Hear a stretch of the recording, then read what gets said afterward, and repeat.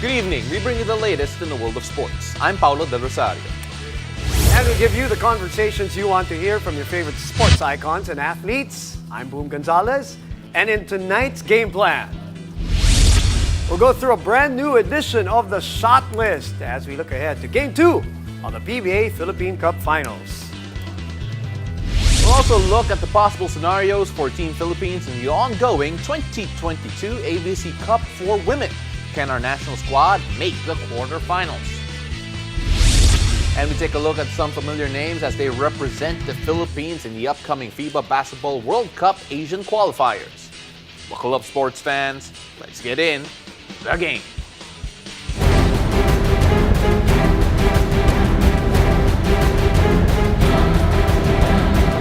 As we look ahead to Game 2 of the PBA Finals between the TNT Tropang Giga and the San Miguel Beermen, questions need to be answers, predictions need to be predicted, Yun ang and must be paborito ko. given. And thankfully, we have a brand new edition of the Shot List.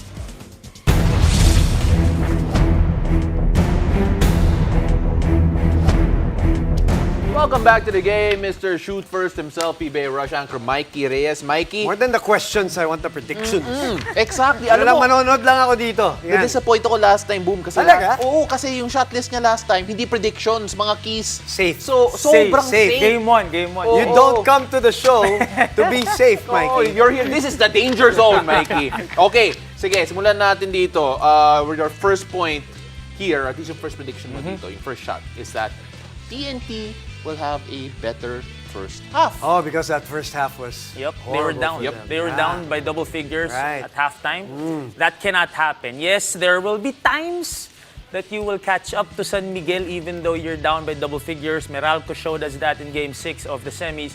But kung kailan mo lang naman magagawa yan. So I'm sure Coach Shot did tell his players and his coaching staff na we cannot fall behind against San Miguel. And with TNT, the way they play in the second half, they're gonna carry that momentum to the first half of Game 2. So I expect them to have a better start tomorrow. So sinasabi mo, you can do it maybe once, Yep. maybe Swerte ka na dun. twice, but you can't make it a habit. Yep. I mean, they won by 0.1 second? Yeah. 0.0. 0-0. Basta, ayun, according to the PBA. Oo. 33 points in the third quarter. So, okay, you mentioned this name, Coach Chot Reyes. Is that a concern? What are you looking at? Well, obviously it's a concern. I mean, still, the winningest Philippine Cup coach Yep. in the PBA along with Coach Baby Dalupan. And it's gonna sting because you're gonna lose him for 2 games. We all know why. And Coach Yuri and Coach Sandy will have to step up. I know that they're very capable, but this is the finals we're talking about. And this it's was SMB. if this was a regular season game, then it would have been totally different. And you know that San Miguel will also take advantage of that, knowing Coach Leo, Yeah. everybody in that SMB coaching staff. For those who don't know why Coach Shot is in Lebanon, klaro lang natin Hindi yun. naman nagbakasyon, ha? Oo. Hindi naman nag-ano. Trabaho. Oo, sa totoo lang, I wanted to go and attack his point here and saying that they only won 1 quarter, which is the third, si TNT. So, what's the aberration? Is it the SMB losing 1 quarter badly, or is it TNT really na-mask ng isang quarter Well, yung ano nila? At the end of the day, when you look back at Game 1, whether or not you look at the first half, the third quarter, or the fourth, they won by 0.0 Yeah. again. Yeah, So I get you. It could have been like during a series like this, with both teams being the powerhouse of the PBA. Who makes the shots on the more crucial possessions, who makes stops on the more crucial possessions, and who wins the breaks of the game. And at the end of the day, TNT won that in Game 1. Okay, let's talk about your favorite topic, scoring. Scoring! Who's going to score? Yan ba favorite topic, guys? Sorry. Sa basketball. Sa basketball. Okay. Sa basketball. Mabuti na klaro. Laruin lang natin. Okay. It is a sports show. Who's going to score? What are your predictions when it comes to San Miguel? San Miguel. Well, this whole playoffs, I've always believed, I've said this so many times on this show, that Junmar Fajardo will get his numbers. Yes. It's a mere question of who will help him out. I believe, statistically, at least in the playoffs, pag dalawa lang, 2 or less people, other than Junmar, score in double figures, that gives the opponents a better chance of winning. That's what Meralco did in order to, push them to 7 games. Right, okay. So, I predict that more than 2 players, because last game in Game 1, it was only Jericho Cruz and CJ Perez. yeah. Okay, so matik na si Junmar is gonna get his numbers. He's gonna get his 20 and 50. Correct. So only Jericho and CJ Perez hit double figures. Vic Manuel had 9. So I predict that it has to be at least 3 of them to help out Junmar. I would say that's safe to. Safe. Safe to kasi SMB, best offensive team in the league, 5 of their players average in double digits. So at this point in the numbers game, 4 lang yung double Apat digits. lang eh. So palagi mo, is that 4 enough? Yeah, 4 is enough because CJ is gonna hit 20. CJ is gonna hit at high double figures. It's not gonna be like a 10, 11 point game. And you know Jericho's gonna be Jericho's also gonna be aggressive. That's why in point 3, I believe it's Marshall Lassiter's. Yan. Marshall Lassiter has to be the one. Okay. To Expound. To spread the floor. At the end of the day, TNT will focus on the inside. Obviously, any team that's going up against SMB, you'll have to focus on Junmar Fajardo. If you do not extend your range or spread the floor for Junmar, medyo dun tayo mahihirapan. And what TNT has showed, or what TNT showed in Game 1 is by some reason of a Kelly Williams miracle that there was single coverage on Junmar. So, how do you exploit that? You have to hit shots from the outside. And I believe that other than the two, CJ and Jericho, yes, you look at Vic, but who is the scorer? It's Marshall Lassiter. What are we talking about? Number. Give me a number here. I'm ready for this. He's gonna cook. He's gonna go for 15 and above. 15 and above. 15 and above. So yung average ni I mean- Marshall Lassiter is 12.2. Oh, okay. Mr. Shoot first. Guys. He's getting 15. Guys, he hit 1 of 8 in Game 1 for 5 points. Yep. 2 of 8. 2 of 8. So, for me, and he's gonna let it fly. That's his assignment. He's not gonna shy away from the challenge. He knows he has to produce. So, are you leaning the way he's explaining things to you towards an SMB win? Yan bang, I don't want to put words into your mouth or make an assumption. I want you to say it. Oo. What are your predictions? SMB What is is your gonna take prediction? SMB is gonna take SMB. game. Parang sa ilalim ng... Hindi, sobrang sure to SMB is gonna take Game 2. Do you know how sure we are? May graphic po tayo that says just that. Ayan, yan yung sinabi ni Mikey Reyes. SMB will take game number 2. My friends, Kala ko galing sa ilong kasi nung una eh. all my Oo nga friends are Pugoy, Poy Eram, Coach Yuri, Coach Sandy. Unfriend nyo na to. But I believe SMB will take Game 2 because these two teams are too evenly matched. And Yep. the basketball gods favored TNT, so I believe medyo babawi muna. Game 2 will go to SMB. Are you satisfied? You know what? His points were lukewarm pa rin for me. That only means next time. Next time, exactly. He's gonna come in, all guns blazing. Yeah. We're gonna be angry at him, not Jello Vito levels, but we can only dream. Mikey, maraming salamat. Thank you very much. Thank you very much. Come in hot next time. That's what he's saying. All right, after the break, we'll weigh in on the chances of Team Philippines advancing to the next stage of the 2022 AVC Cup for Women. Stay tuned. You're watching the game.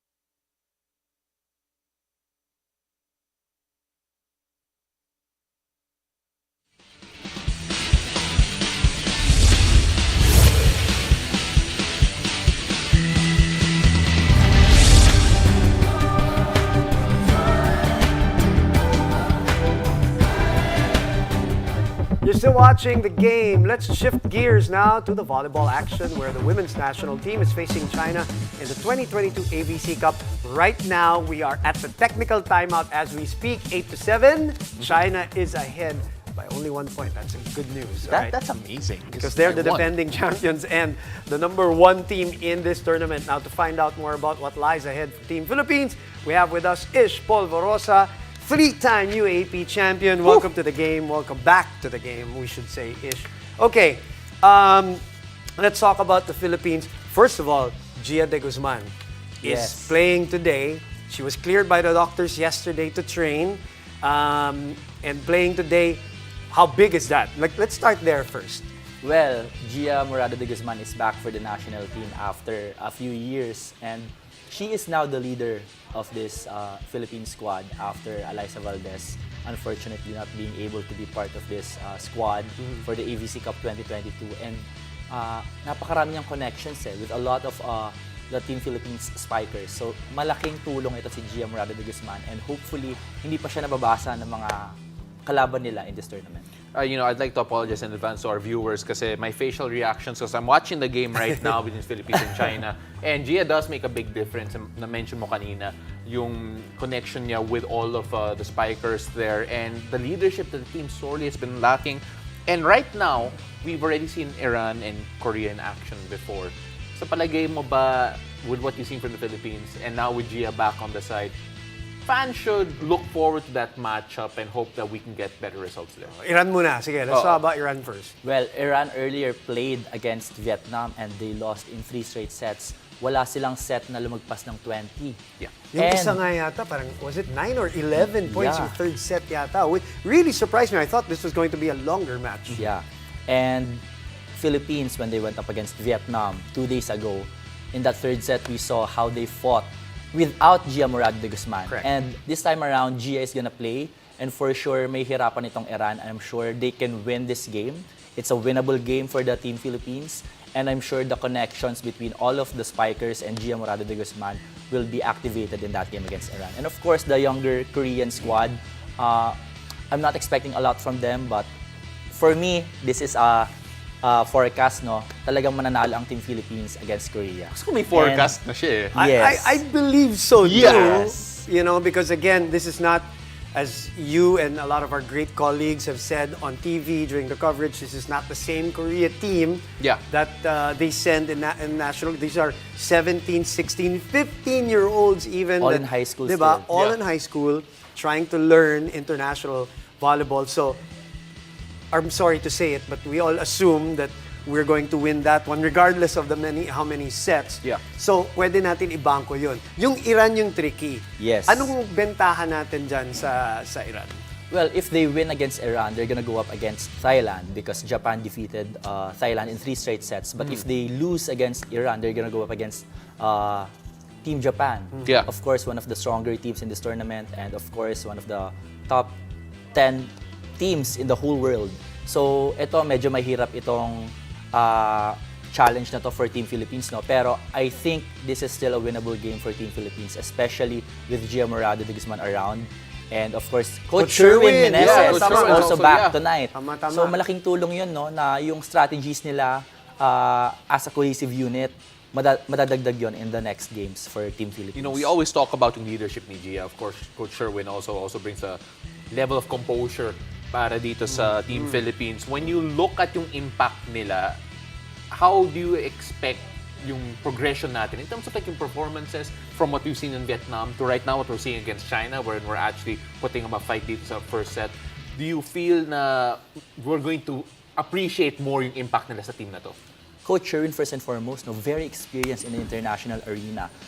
Actually, part siya ng men's volleyball national team coaching staff, assistant coach siya ni Coach Dante. So, very familiar siya with the type of play that Asian teams play. When it comes to women's volleyball naman, 2 championships under his belt. Just this year, being the head coach of Creamline. And of course, kilala niya na yung buong team, yung lahat ng players ng Creamline Cool Smashers, and they are representing our country in this AVC Cup 2022. I'm sure alam niya kung paano pa iikutin yung players niya. Alam niya kung kailan lumalamig yung players niya inside the court. So these things, the small things matter for Team Philippines. And I'm sure magmamatter ito in the next coming games, especially against Iran and Korea. I have a controversial question, Ish. Yes, shoot. Na pinag-usapan namin with somebody that I will not name today. So, we're playing 3 straight games starting today. China, we're behind by 2 or 3 right now in the first set. We have Iran, we have South Korea. Now, we can say that Korea, malaking chance natin manalo dyan. Iran, we're right there. We think we can beat them. That's two wins that we can get. How do we treat this China game?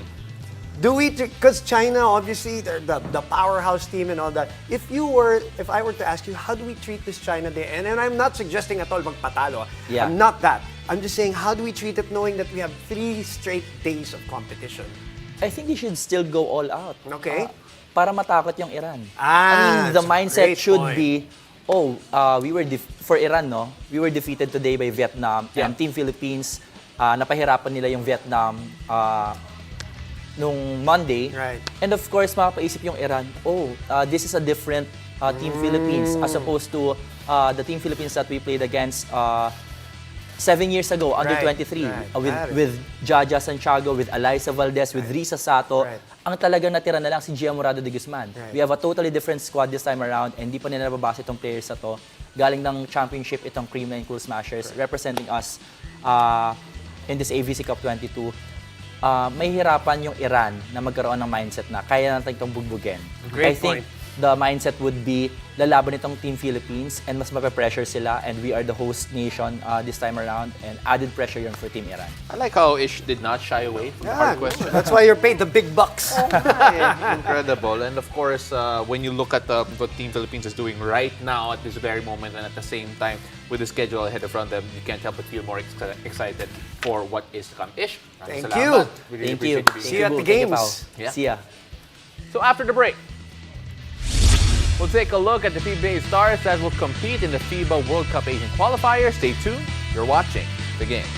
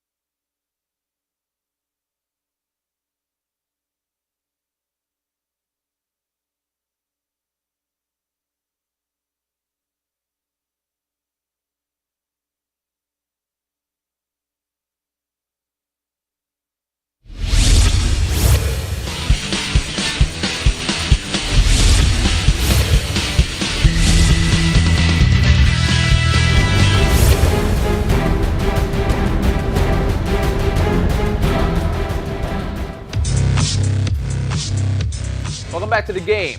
Gilas Pilipinas is a few days away from the next window of the FIBA Basketball World Cup Asian qualifiers. Joining today is big man Isaac Go Big Chill to talk about the newcomers and some familiar faces in the 13-man roster who flew to Lebanon. Big Chill, how you doing? I'm doing great.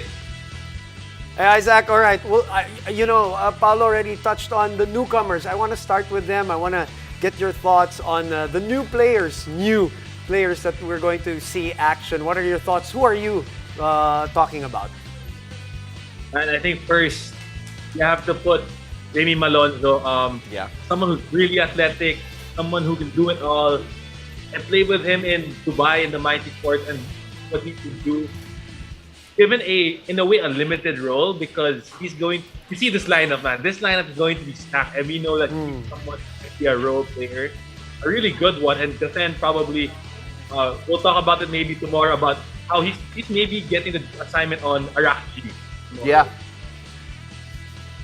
So and then, sorry, you Go also ahead. have Yeah. you also have Roosevelt Adams, someone who I've almost played with. I've seen a guy. He's also about 6'6", 6'7", but he's a wing outside shooting, and we know how much we've kind of needed that outside shooting, especially now that we're having a guy like Jordan Clarkson.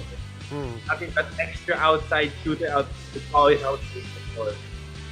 That's Chris Newsom. He was my vet in college, where he actually played the 4 more in college. So now we've seen him grown into a point guard role, a lot of shot creating, but I think primarily on this team, he's going to be a ball handler, someone who's going to help orchestrate that offense. And man, I'm happy for him. yeah, we're really happy for Chris Newsom because his excitement and as well as Jamie and Roosevelt, their excitement levels are really off the charts. Of course, there's some returning members who haven't been part of the Gilas picture for quite a while. All of them are part of the PBA. Scotty Thompson, Calvin Oftana, and Japet Aguilar. We all know what they can do, Isaac. So I'm gonna throw you a curveball here and ask you a harder question. Kasi, syempre, right now, being ball dominant is gonna be difficult in this team because really, a lot of it will end up in the hands of a certain Jordan Clarkson because of the gravity that he commands. Just how important is yung off-ball value nitong tatlo, itong si Scotty, si Calvin, at si Japet, because all of them could actually perform well without the ball in their hands. Okay, I think we're gonna see the Scotty Thompson early in Ginebra, where he wasn't asked to do a lot of the scoring, a lot of the creating, but he was asked to do 2 things: rebound and play defense, and that's going to be big. We know how much his rebounds energize in the local scene, so imagine if he's doing it against bigger guys in the international scene. It's going to be a big boost for morale and energy. And we've seen the Bastion 2 3-point shot is going to help. Calvin, I played with him in Bahrain. He's a scorer, man, but he also loves to play defense. He can rebound at his size, and that outside shot again. I remember we played in Bahrain. I think he had like four threes in 1 quarter. We were like, damn. And lastly, Japet Aguilar, rim protection. That's the first thing that will stand out. And he also has a mid-range shot. So having different options with Kai inside and Japet outside is going to give the coaches a little bit more diversity in their offense. Has Scotty Thompson ever rebounded over you? I just want to know how demoralizing that should feel, and especially for the taller and bigger Lebanon players. Oh no, I'm lucky he hasn't. But the one game he played against him, he had a triple-double. So like, I think that's the same thing. Okay, that's fair. Again, you look at all these guys, Isaac. Is there anyone in particular that you're most excited to see, just really quickly? It has to be Jordan Clarkson, man. Okay, easy answer. Putting on the national team colors, and we've seen what he can do as a 6-man in the Utah. What more now with a more expanded role, plus repping the national team. You guys probably talked about that answer, right? No, he did it. Okay. Paul messaged me on the break. I'm celebrating Talk about it. Please because you bring all up the understand how great he is on the Jazz. Anyway, thank Good you. luck to us. Thank you very much, Isaac, for joining us. We'll see you soon, all right? Thank you, guys. All right, and thank you very much for joining us all tonight. My name is Boom Gonzalez. Catch us weeknights here on One News, One Sports, and One Sports Plus. I'm Paulo Del Rosario, and this has been The Game.